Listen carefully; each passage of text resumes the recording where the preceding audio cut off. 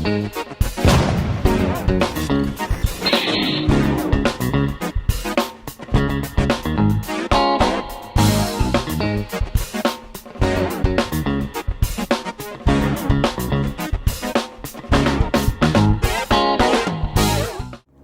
everyone, welcome back to Nat's Knackers Yard. This will be my Knackers Yard. My timing's really confused because I did a early evening, well late evening, early night upload yesterday, which was Thursday, which is going to go out tonight, or this afternoon, which is Friday. This is Friday lunchtime, and I'm going to put this one out on Saturday. So just to give you the context, I don't tend to build up a big backlog and work my way through them. This is Mick, the XJ650, 1980 XJ650. I'm going to introduce my new purchase, which is Mick's slightly younger brother, but only slightly younger. So this is 1982. This is a 750 as opposed to the 650. It just feels a little bit beefier and bulkier accordingly. Was just delivered today by a lovely guy called Stu, who has taught me never to use Shipley again, because when you pay a deposit on Shipley, that's actually Shipley's cost you're paying. When it gets delivered, you pay the actual delivery costs. So I've got Stu's Moto Me card up there. I will be using them any time I'm transporting bikes again. Plus, cracking bloke, really nice guy, really good service, even helped me push it up the driveway into the garage. What a lovely bloke. So what have I got? I've got a bike that, it's an eBay bike that I bid on, didn't win. Sent them a message saying give us a shout if it doesn't work. I'll chuck up some pictures of what it was like on eBay as well. There was a video of it running. It was a short video. It did sound like it was bogging out, so I wasn't expecting to jump on it and ride. It isn't registered as historic, but I've got all the paperwork in the house to do that over the next day or two. Like I say, it was running in the video. It's got oil in it. I can't get it running, mostly because I've got the engine kill switch on. It seems to be turning over nicely. I have had a quick check. I've checked spark. It's got spark on all four. I forgot to turn off the fuel tap, and it's just spat it out from the carb, so it needs a carb clean, which will be the first thing I should do and will do. Frankly, it also needs compression test and various other bits and pieces, but I mean, fundamentally, let's do a quick look round. It's got, a decent modern light, LED light, which is quite funky. Looks a little bit strange on an older bike, but something about it I quite like. It's got the side panniers. It's got cheap Chinese AirPods, but they work.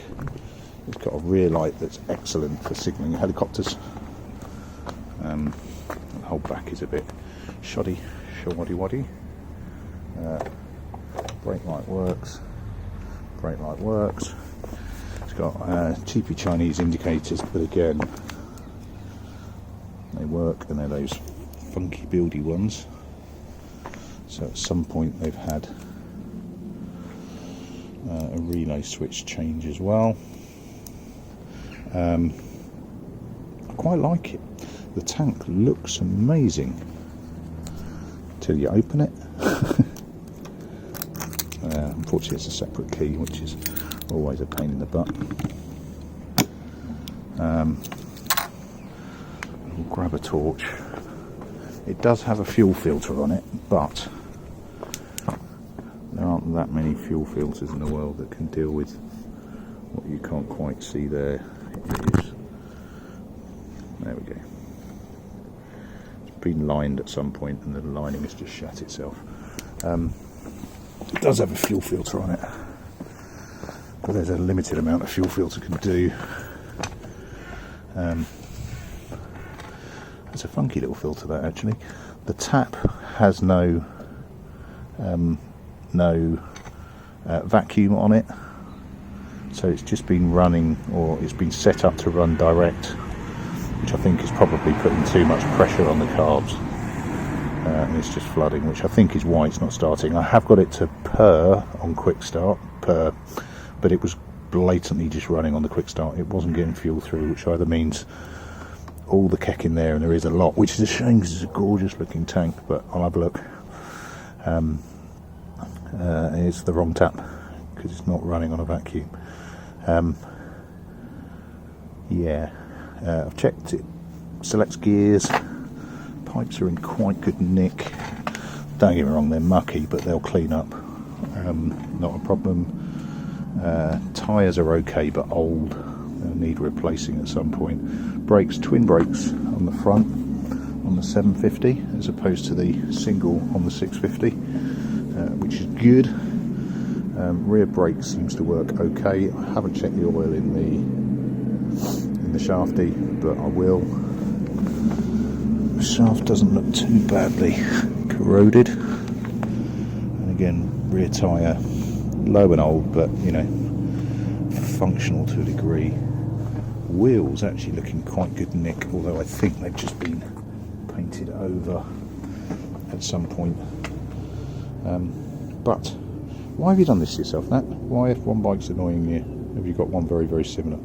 Very simple reason, to be honest, and that's because I've got the capability to swap bits and I'm not on about stripping a bike and making one good one, but things like, you know, I can swap the carbs over. Now 750s and 650s are jetted differently, but they are the same carb, to my knowledge. Correct me if I'm wrong, anybody. I can swap bits across and swap them around as I go. I've got more of those indicators. They would look better on it than those ones would. It's little things like that, although indicators are obviously universal, pretty much. There's little things like that that I can think about and I can do. There's no filter on the engine. So, a short intro, because the plan this evening, because I do have to get back to work. I am working from home today, and I'm on my lunch as well. I'm hiccuping because I've just thrown my food down quickly so I could come out and do this quickly. It's bits and pieces. So the tank on that is a Sally Gunnell. It's excellent at what it does, but it just ain't pretty. It's set up correctly. It's got the vacuum. It's got the right tap on it. Well, I could chuck that tank on here and it would feed that carb correctly. I could just do it. Well, I can't do it now. I've got to go back to work. But I could just swap them across and give it a go. However, I have not once ever picked up a carburetted bike that doesn't need its carb clean, or at least checked out, which is precisely what I want to do with that. It is overflowing on one.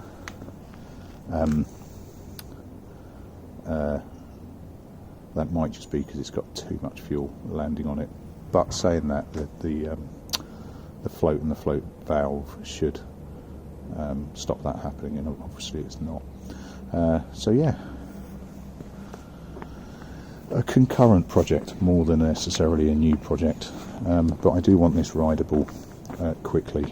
Other shit that needs doing, the tank, the seat is pretty horrendous, but you know, will do for now. If nothing else, it works. You can sit on it. It's been butchered at the back by just being cut off.